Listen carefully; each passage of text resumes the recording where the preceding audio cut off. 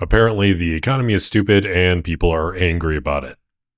Not surprised. For some reason, everybody keeps asking if you feel better today than you did 4 years ago. And for many people, the answer is pretty clear. Prices for everything they are buying have stabilized, but they haven't gone back down. The average household is now making more than ever before, but the median household is still worse off in real terms than they were in 2019, which means a lot of people are just falling further behind. That is, yeah, everybody in the middle is in a bad spot. That's how it's been. That's what people are pissed about. They are falling further behind the small group of households pulling the average up, and they are falling further behind on their own personal finances. Household savings have been eliminated, while credit card debt has climbed to its highest level in history. That is some crazy spikes. That is not, what is this, personal savings rate versus credit card debt? And the green is personal savings rate spike. Well, yeah, in 2020, as all of a sudden everybody got a sudden big check from the government, of course that's going to increase everybody's savings. And then everybody spends it, so then we get that invert. Housing is less affordable than ever, especially for people who weren't lucky enough to lock in generationally low interest rates. And the job market has been filled with automated systems, endless interviews, and roles that never really existed. Unemployment may be down, but that data point completely ignores the millions of people who have simply given up. There are a lot of real problems hurting a lot of real people. And the worst possible thing you can do is tell them how great everything is and how grateful they should be.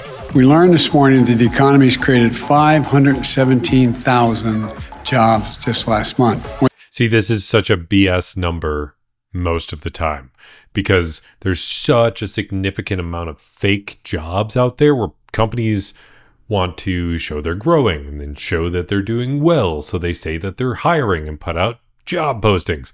But in actuality, they don't go anywhere. It's just so that metrics look better and they can reap the benefits of that. It's very frustrating, especially if you're on the job market. More than 500,000 jobs in just the month of January. Inflation at 2%, unemployment 4%, and the fastest growing economy in the G7 so far. Yeah, inflation at 2%. Zoom out and see that it's like over the past couple of years, it's much bigger than 2%. And we've done that while we've created on our watch 1 million jobs. Alright, we gotta talk about it. 2024 has been the biggest election year in history, with almost half of the world's population going to the polls to decide on who will represent them. In the elections that were free and fair, the incumbents have overwhelmingly struggled to hold on to power no matter what side of the political aisle they were on, a trend which of course continued last week here in America. It's possible that no matter how perfect the campaign and how perfect the messaging was, the reincarnation of George Washington himself could have lost this election if he was the incumbent candidate. The reason for this huge shift though across all of these countries is that, yes, people are angry. According to poll after poll in country after country, the number one reason why people want change is because they feel like they have been financially falling behind over the last political term. Now, this might not be completely fair. Governments across the world have been quick to point out that employment is up, inflation is down, the stock market is at all-time highs, and we managed to avoid a recession while recovering from COVID lockdowns. People like to always point to the stock market, but the majority of people in the US aren't directly reflected by the stock market. That's more the investors, not the everyday person just trying to get by and buy groceries for their family. Two very different things. The problem is, these big picture figures haven't really mattered for a lot of people. Employment might be up, Exactly. but layoffs are dominating the news cycle, and a lot of people who do lose their job are exiting the workforce entirely, making the figures look better than they really should be. The stock market might be at all-time highs, but stock ownership has become more concentrated than ever before. So this is only really good for the wealthiest households in the world. When there are no perfect candidates, or even decent candidates, it's a lot easier to vote for the team that can at least acknowledge there is a problem. Now, incumbent politicians hyping up their figures while downplaying the details is absolutely nothing new. But there are a few important reasons why it just isn't working anymore. And no, it's not because the average voter has studied up on financial literacy. The first reason is that tragically, there actually have been some major wins for workers and consumers. The only problem is that politicians aren't allowed to talk about it. In just the last 4 years, the Federal Trade Commission has swung its regulatory dick around more than it has in the last 4 decades. The banning of non-compete agreements that stop workers looking for a better job, outlawing third-party apps that let landlords and businesses collude on prices through technology-driven middlemen, mandating a one-click cancellation on subscription services, and a much tighter grip on corporate consolidation and market power have been huge wins for the average American. Being able to job hop for better pay and benefits can go a long way to improving household incomes and making businesses act. Yeah, job hopping has just become a way of life at this point, and I understand it. I know a lot of people that have done it because it's the best way to increase your salary, because you can boost your salary way more with one job hop than you can by getting a raise at any company. But I've also talked to like family members. I have a lot of family that is blue collar, like part of a union, or they're like tradesmen or whatever. And they have this mentality that like you need to stay at one place for an insanely long time. And that works great if you got a pension. But if you have to make all of your own money and invest it all yourself, job hopping is just becoming a way of life. Pensions are mostly dying off. Actually compete for your dollar rather than just resorting to scummy sales tactics or monopolistic behavior is a great way to make prices, more competitive. The massive turnaround in administrative effectiveness has been largely thanks to the appointment of Lena Khan, someone who we have mentioned a lot on this channel, because she seems to be the first FTC chair in the last 40 years who isn't just interested in lining up a partner position at a corporate law firm after their appointment is up. These little changes. That is honestly a huge problem, that like a lot of the people within these governments and stuff, they're just setting up a new job next. That's all they really want. But if there's a few people that are actually interested in the benefits of the public, that's nice to have. Changes have had more of an impact on everyday people than they realize. Unlike adjusting interest rates, injecting trillions of dollars into the economy, or any other blunt macroeconomic instruments that overwhelmingly just benefit wealthy asset owners, these smaller, more deliberate policies will actually help out regular people make more money and make that money go further. The reason that Dems weren't screaming about these achievements through a megaphone throughout the entire campaign is because it hurts the feelings of one particularly sensitive minority group: billionaires.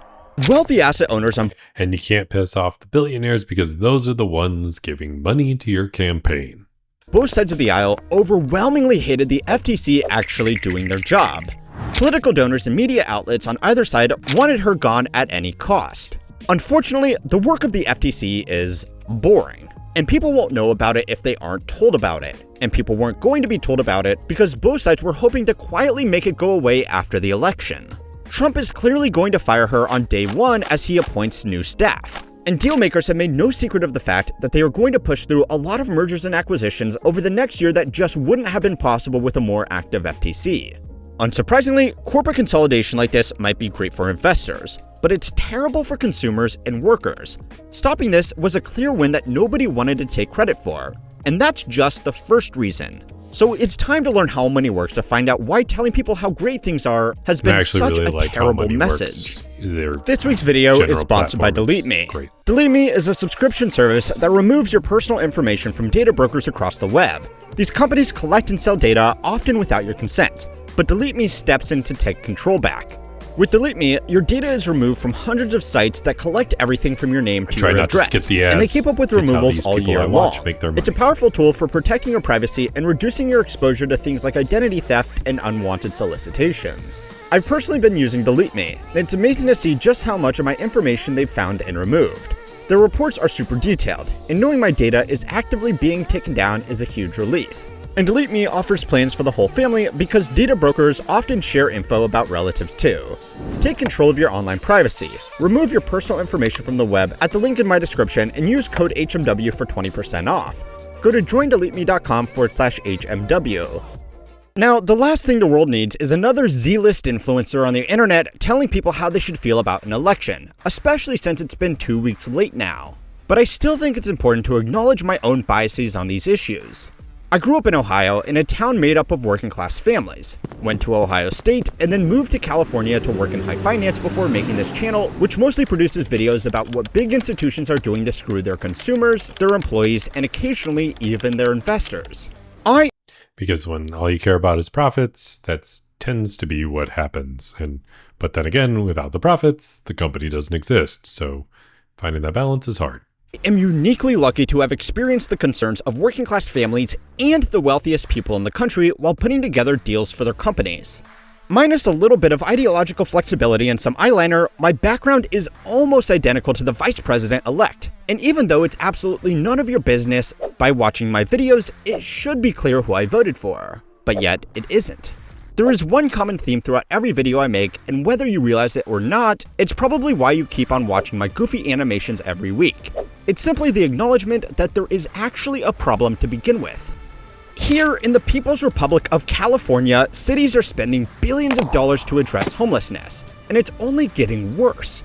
The programs have been widely criticized for being ineffective with no clear delegation of responsibility.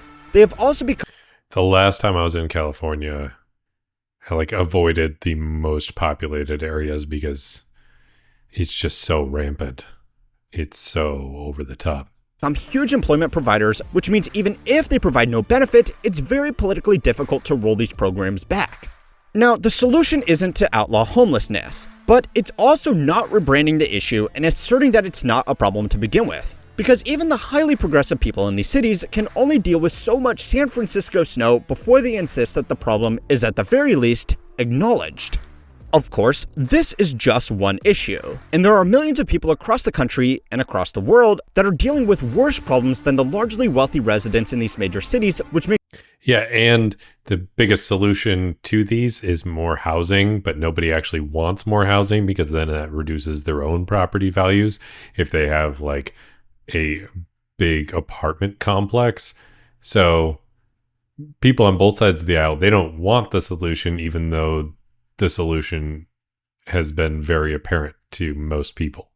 Makes it even more frustrating when genuine hardships are ignored. There is now the infamous example of $20,000 forgivable loans to be given to black entrepreneurs and pathways to support federal marijuana legalization. This was a very small program that didn't deserve as much attention as it got, except for the fact that it made people feel like their struggles weren't acknowledged. Even highly progressive voices agreed that such a program should be based on economic need, not race. And for everybody else, it was a clear example of a luxury belief. Robert Henderson is So this is a very random anecdote, but I used to work at a company that it was minority owned and operated, as in the majority or a certain percentage of the people that worked there fall into the classification of being a minority. Nothing wrong with that as a concept, but I remember the head of HR. I was in a meeting and they were discussing, it was a company that dealt with very technical things.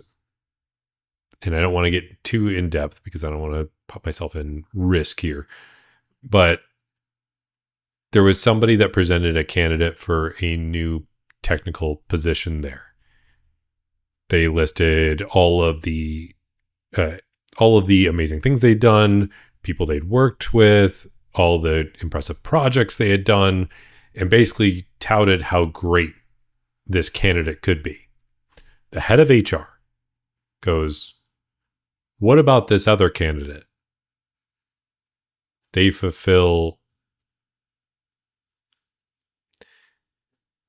They improve our certain statistic that we need to make sure is good." They said that in a much more blunt way. But on top of that, they didn't say a single thing about their work history, the projects they'd done, nothing. That was the only thing they were measuring. And that became like an instant red flag. I saw half the people in this meeting all look around like, seriously? You can't give us anything else to go off of? But that's all it took. And that was a big red flag. Now, the head of the company, she was amazing, and she went with quality over certain stats to follow.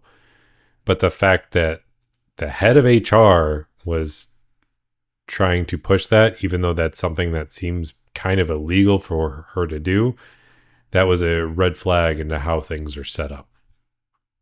Political commentator who popularized this term in an article he wrote about his experience as a poor student attending Yale. His wealthy classmates not only had the financial ability to be politically active, since they didn't have to be as worried about losing their jobs or missing a few days of work, they also advocated for ideas that sound progressive but hurt the lower classes. One of the examples Henderson gave was the push to defund the police, a popular idea amongst wealthy college students who have never lived in an area where they needed the police to keep them safe. Roy Teixeira, a prominent left-leaning political scientist, supports this finding through a report called Politics Without Winners. He found that the biggest problem with these movements are the branding. They're so bad. Like, instead of saying defund the police, how about we say give the police some assistance with their jobs? Because the main concept behind that was more, hey, let's give them some backup. They give mental health professionals to deal with more mental health issue situations, not directly with the cop themselves, but with the people they're dealing with. Or, you know, other, like, helping people with drug addiction, helping people with other stuff. If they address people's core problems and not just throwing the cop hammer at everything, it makes it so there's a lot less stress on the cops to do what they need to do to serve and protect. But instead, they went with the defund the police or get rid of the cops altogether. And it's like, that's not the solution either. I'm not trying to get political on this channel, but it's like some of the biggest issues are the naming conventions and the branding here. Because if you say it the wrong way, people hear it the way it's said, and then they're like, hey, that sounds terrible. When it's hard to tell somebody defund the police or get rid of cops when they're dealing with actual violence or they're dealing with actual crimes being occurred or all around them. If you say, hey, we're going to make sure that cops have the ability to do their jobs without worrying about the mental health situations that they're going to address, even though they're not particularly trained to deal with that. That is something that doesn't fit on a little poster for people to tout around, but it should be more accurate to what the actual want is. Or at least that was my understanding, but that might have changed over time as people started rallying around the concept of defund the police way more than they should have, because there's way more nuance, but people don't like nuance anymore. 73% of non-white working class respondents supported keeping police budgets intact. However, 20% of white college grad liberals favored reducing police budgets. Getting rid of a public service that people rely on for their safety sounds like the policy of the right, which just makes it more confusing for working people to figure out who is looking out for them. Now, the reason that politicians won't denounce these unpopular ideas or highlight achievements that would be genuinely popular is simply money and the power of loud voices. The big money donors still have an outsized influence on policy, and they do not want policy that will benefit consumers or workers at the expense of business owners, which means that the side that was typically pro-worker can't focus on these issues. Now, I know it's not exactly a radical take to say that big money in politics is problematic, but there is some good news in all of this. According to OpenSecrets.org, this year's election was the most expensive in history, with over $15.9 billion spent by both sides on the presidential, House, Senate, and governorship races. Adjusting for inflation, that's actually less than what was spent in 2020, although maybe that's just because inflation has been a bit too high. Even here on YouTube, you might have noticed creators putting out more videos than usual, and that's because spending on the election was so intense that AdSense doubled over the last 2 months, and every available slot was bought up in hopes it would reach some random person in Pennsylvania. This channel normally makes about $4 for every 1,000 views it receives, but last month it was more like $7 since not all of you are watching from America. Just to keep up with this, politicians have had to keep their donors happy just as much as they have to keep their voters happy. But the good news, or maybe the bad news, is that it looks like we have hit peak advertising spend, and every additional dollar is falling well into the realm of diminishing returns. According to data from OpenSecrets, the candidates that spent the most overwhelmingly won their election, obviously with the exception of one particularly important race. There are only so many campaign ads that people can watch before they get fed up with both sides, and unfortunately, we are now well into the realm of diminishing returns. It's understandable to be angry at the results of the election. It's understandable if you were voting or chose not to vote because you were angry at the problems that matter to you not being addressed. And it's understandable to be angry because the other side will be even worse. Either way, you should remember that if your team won, things are not going to be as good as they promised, and if your team lost, things are not going to be as bad as they warned. I hope. Now, there is one group above all that nobody wants to recognize as falling behind, and that's working-aged men. They were a major demographic that voted on these very issues, so go and watch this video to find out, aside from voting, why young men are simply choosing. Yeah, that was also a major reason because, like, working age men were kind of villainized by one side, and then that led to more people losing in that side of the election. Yeah. Anyways, that's how money works. Or at least that's the channel. And I've always liked this guy's stuff. He makes great content consistently. I highly recommend it. But he always makes some good points.